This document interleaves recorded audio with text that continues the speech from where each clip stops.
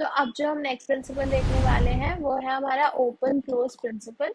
अब अगर हम इस प्रिंसिपल की बुकिश डेफिनेशन पे जाएंगे तो वो क्या बोलता है, a class should be always open for extension but closed for modification. तो एक बार ना इसका ना एग्जाम्पल से मतलब समझते हैं कि होता क्या है। अब जैसे सपोज करो मेरे पास ना एक ये क्लास है डिस्काउंट कैलकुलेटर। अब ये क्या कर रहा है, जब भी मैं इसके पास एक मेथड है जिसका नाम है अप्लाई। वो क्या करता है, कोई भी डिस्काउंट अप्लाई करता है। इसमें हमने एक भेजा टाइप कि मुझे किस टाइप का डिस्काउंट अप्लाई करना है और किस अमाउंट पे मुझे डिस्काउंट अप्लाई करना है। अब ना इसके अंदर हमने बहुत सारे इफ लगा रखे हैं कि अगर मान लो मेरा डिस्काउंट टाइप फ्लैट है तो मुझे फ्लैट सीधा उस अमाउंट में से उतना 50 रुपीज माइनस कर देना है। या फिर अगर मेरा परसेंटेज है डिस्काउंट टाइप तो मुझे उतना परसेंटेज उसमें से हटाना है। एंड सिमिलरली अगर मेरे पास कल को कोई भी नया डिस्काउंट आएगा तो यहाँ पे हम एक और एलसिफ ऐड कर रहे होंगे एंड हम उसके बेसिस पर अपना डिस्काउंट कैलकुलेट कर दे रहे होंगे। तो क्या होगा, अब मेरा जो ये जो मैंने एग्जिस्टिंग क्लास बना रखी है ना discount calculator, it is open for extension as well as modification. हमारा से मॉडिफिकेशन का मतलब क्या हुआ कि अगर मुझे कोई भी, अगर मेरे को एक नया अब डिस्काउंट टाइप अगर मेरे को इंट्रोड्यूस करना है तो मुझे एग्जिस्टिंग क्लास में उसको मॉडिफाई करना पड़ रहा है।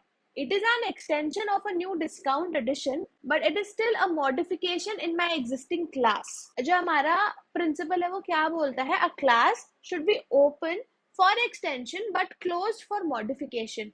सो टेक्निकली जो हमारा प्रिंसिपल है सर ब्रेक हो रहा है। अभी पहले देखते हैं इसका, अगर मैं ओसीपी लगाऊंगी तो मेरा कैसा बनेगा वो, एंड देन देखेंगे क्यों ऐसा हमें बनाना चाहिए। अब इसमें हमने क्या करा, मैंने एक इंटरफेस बना दिया है डिस्काउंट स्ट्रैटेजी का, जो क्या करता है, जिसके अंदर मेरे पास एक मेथड है अप्लाई जो कि एक अमाउंट लेता है उस पर डिस्काउंट अप्लाई कर देता है। अब जो मेरी डिस्काउंट स्ट्रैटेजी, जो मेरा इंटरफेस है ना, उसको मैं इम्प्लीमेंट कर रही हूँ अलग अलग अपने डिस्काउंट टाइप्स के लिए। जैसे मेरा पहला है फ्लैट डिस्काउंट। तो अगर मैंने जो, तो इसके अंदर जब मैं अपने अप्लाई मेथड को जब इम्प्लीमेंट करूंगी तो उसके अंदर मैं सीधा सीधा अपना जो मैंने उधर लॉजिक लगा रखा था हम उसको इधर रख देंगे कि ठीक है फ्लैट डिस्काउंट पे मेरा ऐसे काम करना है। Similarly for percentage discount. And अब कल को ना मेरा कोई भी नया अगर मेरा डिस्काउंट आएगा ना तो मैं एक नई क्लास बना दूंगी जो कि इम्प्लीमेंट करेगा मेरा डिस्काउंट स्ट्रैटेजी को। क्यों, अब ना जैसे हमने ऊपर देखो क्या कर रखा था, मैंने डिस्काउंट कैलकुलेटर क्लास बना रखी थी। यहाँ पर भी मेरे पास एक डिस्काउंट कैलकुलेटर क्लास है जिसके अंदर मेरे पास वही सेम अप्लाई वाला मेथड है। इसके अंदर बस क्या डिफरेंस है, यहाँ पे मैंने एक स्ट्रिंग टाइप ले रखा था, यहाँ पर हमने डिस्काउंट स्ट्रैटेजी ले रखा है। अब हम इधर क्या कर रहे हैं, उसमें तो हम ना स्ट्रिंग टाइप भेज रहे थे कि किस टाइप के बेसिस पे, इफ एल्स में हम चेक कर लेते थे ठीक है मेरा कौन सा डिस्काउंट आ रहा है तो मैं उसके अकॉर्डिंग अप्लाई कर दूंगी। यहाँ पर क्या है, मैंने एक ऑब्जेक्ट भेजा है। अब उस ऑब्जेक्ट को पता है इंटरनली कैसे फंक्शन करना है, वो डिस्काउंट कैलकुलेटर को उसका हेडेक लेने का जरूरत नहीं है।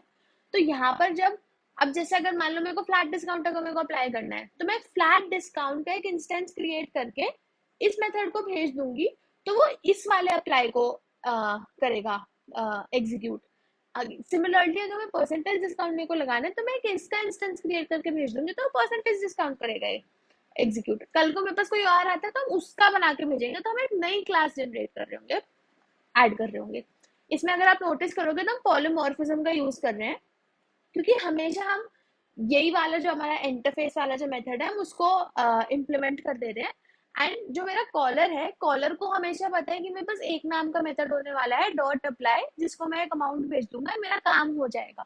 उसको हेडेक लेने की जरूरत नहीं है कि मेरा फ्लैट डिस्काउंट काम कैसे कर रहा है या फिर मेरा परसेंटेज डिस्काउंट काम कैसे कर रहा है। उसको बस इतना पता है कि मेरे पास एक ऑब्जेक्ट आएगा, ऑब्जेक्ट के अंदर ही डॉट अप्लाई करके एक मेथड होगा, मैं उसको अगर वो अमाउंट दूंगा तो मेरा वो खुद प्रोसेस हो जाएगा। तो इसमें क्या हो गया, मैंने अपने सेग्रीगेट कर दिया कि ठीक है मेरा इस फ्लैट डिस्काउंट की रिस्पॉन्सिबिलिटी इस क्लास को है, परसेंटेज डिस्काउंट की रिस्पॉन्सिबिलिटी इस क्लास को है। अब जो हम बोल रहे हैं ना ओसीपी में open for extension close for modification, वो देखते हैं इसमें कैसे फिट बैठ रही है।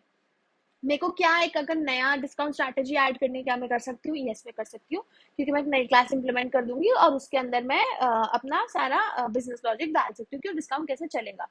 Is it close for modification, yes, क्योंकि जब मैं कोई नया डिस्काउंट ऐड कर रही हूँ, जब मैं अपने कोड को एक्सटेंड कर रही हूँ, तब मुझे कोई एग्जिस्टिंग क्लास जाके मॉडिफाई नहीं करनी पड़ रही। अगर कल को मेरा फ्लैट डिस्काउंट का अगर लॉजिक चेंज हो जाता है कि मेरे को फ्लैट डिस्काउंट में डेफिनेशन चेंज करनी है तो वो मेरा अलग तरीके की रिक्वायरमेंट होगी, right? That is not an extension, that is like a logic modification, तो उसमें आप जाके उधर चेंज करोगे। बट अगर मैं कुछ भी नया ऐड कर रही हूँ तो उसमें मेरी कोई एग्जिस्टिंग क्लास पे मेरे असर नहीं पड़ रहा है, तो इसका मतलब होता है a class should be open for extension but close for modification.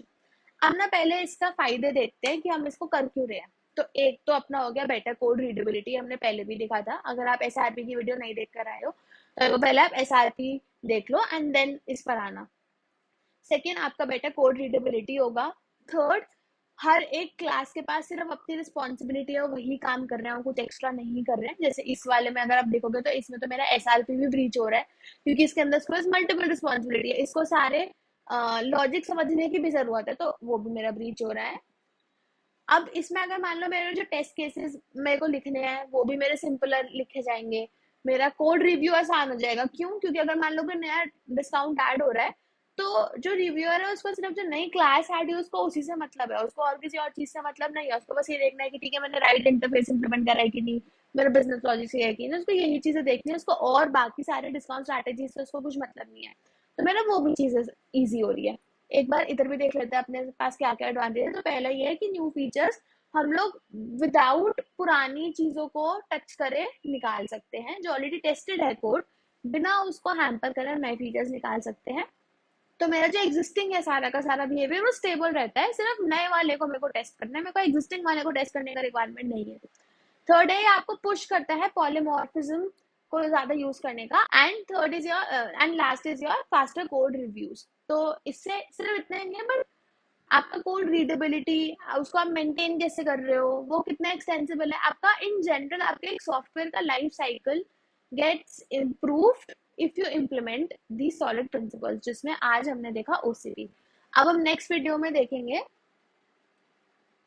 हमारा list of substitution principle. This is a very very very important principle, इसमें बहुत लोग कंफ्यूज होते हैं, तो इसको मिस नहीं करना।